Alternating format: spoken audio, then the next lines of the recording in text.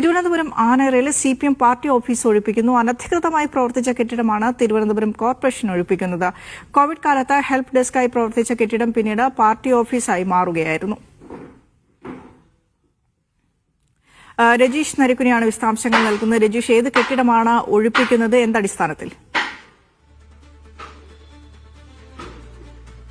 Vinisha, Thiruvananthapuram corporation കീഴിലുള്ള ആനയറ ഭാഗത്ത് പ്രവർത്തിച്ചിരുന്ന, അതായത് കോവിഡ് കാലത്ത് കോവിഡ് സെന്ററായി പ്രവർത്തിച്ചിരുന്ന കെട്ടിടമാണ് ഇപ്പോൾ കോർപ്പറേഷൻ ഒഴിപ്പിക്കുന്നത്. നേരത്തെ ഈ കോവിഡ് ഹെൽപ്പ് ഡെസ്കായി പ്രവർത്തിക്കുകയും പിന്നീട് CPMന്റെ പാർട്ടി ഓഫീസായും പ്രവർത്തിച്ച കെട്ടിടമാണ് ഇപ്പോൾ തിരുവനന്തപുരം കോർപ്പറേഷൻ അധികൃതർ ഒഴിപ്പിക്കുന്നത്. ഒരു ഇടവഴി കെട്ടി അതിന് മുകളിൽ ഷീറ്റ് ഇട്ടായിരുന്നു ഈ പാർട്ടി ഓഫീസും ഒപ്പം തന്നെ നേരത്തെ കോവിഡ് സെന്ററും ഇവിടെ പ്രവർത്തിച്ചിരുന്നത്. അതാണ് ഇപ്പോൾ പൂർണ്ണമായും തിരുവനന്തപുരം കോർപ്പറേഷന്റെ നേതൃത്വത്തിൽ ഒഴിപ്പിക്കുന്ന നടപടികൾ നടക്കുന്നത്. പൂർണ്ണമായും കെട്ടിടം ഷീറ്റും അടക്കം ഇതുമായി ബന്ധപ്പെട്ട് പൊളിച്ചു നീക്കും. ആ നടപടികളാണ് ഇപ്പോൾ പൂർത്തിയാക്കുന്നത്. നമുക്ക് കൃത്യമായി തന്നെ കാണാൻ കഴിയും. ഇവിടെ പാർട്ടി കൊടികളും ഒപ്പം തന്നെ മറ്റ് സാധനങ്ങളും ഒക്കെ തന്നെ ഈ പാർട്ടി ഓഫീസിൽ നിന്നും മാറ്റിയ സാധനങ്ങളാണ് നമ്മൾ കാണുന്നത്. അതിൽ കൊടികളുണ്ട്, ചെയറുകളുണ്ട്, മറ്റ് സാധനങ്ങളൊക്കെ തന്നെ ഇവിടെ ഉണ്ട്.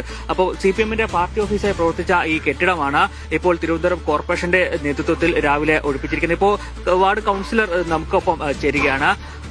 ഇപ്പോൾ CPMന്റെ പാർട്ടി ഓഫീസാണ് ഒഴിപ്പിക്കുന്നത്. നേരത്തെ നോട്ടീസ് നൽകിയിരിക്കുന്നത്. എന്നാണ് ഇതുമായി ബന്ധപ്പെട്ട് ഇപ്പോൾ സ്വീകരിക്കുന്ന നടപടികൾ? ഇത് നമ്മുടെ കോർപ്പറേഷൻ തിരുവനന്തപുരം നഗരസഭയുടെ സ്ഥലമാണ്, ഒഴിഞ്ഞു കിടന്ന സ്ഥലമാണ്. ഇത് കോവിഡ് സമയത്ത് ഒരു കോവിഡിന്റെ ഹെൽപ്പ് ഡെസ്ക് ആയിക്കൊണ്ട് അത് തുറന്ന് പ്രവർത്തിച്ചു. അവർ തന്നെ ഈ ഷീറ്റൊക്കെ ഇട്ട് ഒരു റൂം പോലെ അതിനെ അറേഞ്ച് ചെയ്തുകൊണ്ട് കോവിഡ് സെന്ററായിട്ട് പ്രവർത്തിച്ചു. കോവിഡ് സെന്റർ കഴിഞ്ഞതിന് ശേഷം ഇപ്പോൾ ഇവിടുത്തെ ഇടതുപക്ഷത്തിന്റെ, അതായത് CPMന്റെ പാർട്ടി ഓഫീസായിട്ടാണ് കഴിഞ്ഞ വർഷങ്ങളായിട്ട് പ്രവർത്തിച്ചുകൊണ്ടിരിക്കുന്നത്.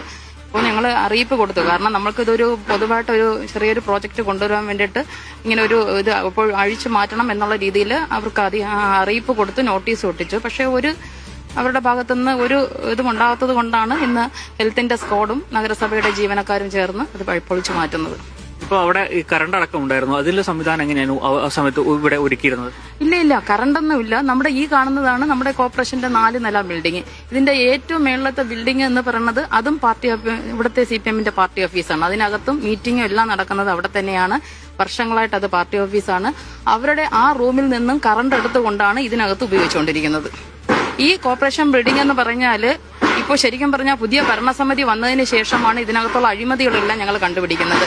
ഈ കോർപ്പറേഷന്റെ ഫ്രണ്ടിൽ 3 കടകളുണ്ട്. ആ 3 കടകളിലും ഈ ബാക്ക് സൈഡിലായിട്ട് കട, അങ്ങനെ 9ഓളം കടകൾ ഇവിടെയുണ്ട്. ഈ കടകളിൽ പല കടകളും 6 ലക്ഷം 10 ലക്ഷം രൂപയ്ക്ക് മറിച്ച് വിറ്റുകൊണ്ടാണ് ഇപ്പോൾ പലരും അവിടെ കട നടത്തിക്കൊണ്ടിരിക്കുന്നത്. കോർപ്പറേഷന്റെ വാടക എന്ന് പറയുമ്പോൾ 900 രൂപയോ 1000 രൂപയോ മാത്രമേ ഉള്ളൂ. പക്ഷെ ഇവിടെ ഓരോ കട ഓരോ ആൾക്കാർ വാങ്ങിച്ചിട്ട് 10,000 രൂപ 8,000 രൂപ ആ രീതിയിൽ വാടകയ്ക്ക് കൊടുത്തുകൊണ്ടാണ് ഇപ്പോൾ ഇവിടുത്തെ കടമുറികളെല്ലാം പ്രവർത്തിച്ചുകൊണ്ടിരിക്കുന്നത്.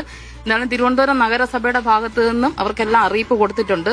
അത്തരത്തിലുള്ള കടമുറികളെല്ലാം പുതുതായിട്ട് ഇനി വരുന്ന ദിവസങ്ങളിൽ ലേലത്തിൽ വെക്കാനുള്ള നടപടി മേയറിന്റെ ഭാഗത്തു നിന്നും സ്വീകരിച്ചിട്ടുണ്ട്. ഇപ്പോൾ ഈ പൂർണ്ണമായും ഈ കെട്ടിടം നമുക്കറിയാം, ഈ ഷീറ്റൊക്കെ ഇട്ട കെട്ടിടം, ഈ കെട്ടിടം പൂർണ്ണമായി ഇവിടുന്ന് പൊളിച്ചു നിൽക്കും അല്ലേ? തീർച്ചയായിട്ടും എല്ലാ ഷീറ്റുകളും പൊളിച്ചു മാറ്റി ഈ സ്ഥലം എങ്ങനെയാണോ മുൻകാലങ്ങളിൽ കിടന്നത് അതുപോലെ ആക്കിക്കൊണ്ട് നമ്മുടെ നഗരസഭയുടെ ഒരു പൊതുവായിട്ടുള്ള എന്തെങ്കിലും ഒരു പദ്ധതി ഇവിടെ കൊണ്ടുവരാനാണ് തീരുമാനിച്ചിരിക്കുന്നത്. ഇപ്പൊ നമുക്ക് ആ വഴി കാണുമ്പോൾ ഒരു ഇടവഴിയായിരുന്നു, അവിടെയാണ് ഈ കെട്ടിടം നിർമ്മിച്ചതെന്നാണ് നമുക്ക് മനസ്സിലാക്കാൻ കഴിയുന്നത്. അതെ, തീർച്ചയായിട്ടും ഒരു ഇടവഴിയിലാണ്. സ്വാഭാവികമായിട്ടും കോവിഡ് എന്ന് പറഞ്ഞ ഒരു മഹാമാരി വന്ന സമയത്ത് ഒരു ഹെൽപ്പ് ഡെസ്ക് ആയിരുന്നു. പക്ഷെ അത് ആവശ്യം കഴിഞ്ഞിട്ട് ഒരു ദുർവിയോഗം ചെയ്യുകയാണ് ചെയ്തത്. ഇതിനെ അതൊരു പാർട്ടി ഓഫീസായിക്കൊണ്ട് അതിനെ വർഷങ്ങളായിട്ട് കൊണ്ട് വെച്ചുന്ന ഒരു സംവിധാന രീതി, അതായത് ഏരിയ കമ്മിറ്റിയുടെയും മറ്റു സംവിധാനത്തിന്റെ എല്ലാവിധത്തിലും കമ്മിറ്റി ഇപ്പോൾ ഇത് പൊളിച്ചു മാറ്റിയപ്പോൾ നിങ്ങൾക്ക് തന്നെ മനസ്സിലായിക്കാണ് ഇതിനകത്തെല്ലാം പാർട്ടി ഓഫീസാണ്. അതുപോലെ തന്നെയാണ് ഈ 4ാമത്തെ നിലയിലും പാർട്ടി ഓഫീസാണ്. അതിനെതിരെ നടപടി നഗരസഭയുടെ ഭാഗത്തുനിന്ന് ഉണ്ടാവുക തന്നെ ചെയ്യും. ഒരു മാറ്റം ഉണ്ടാവില്ല.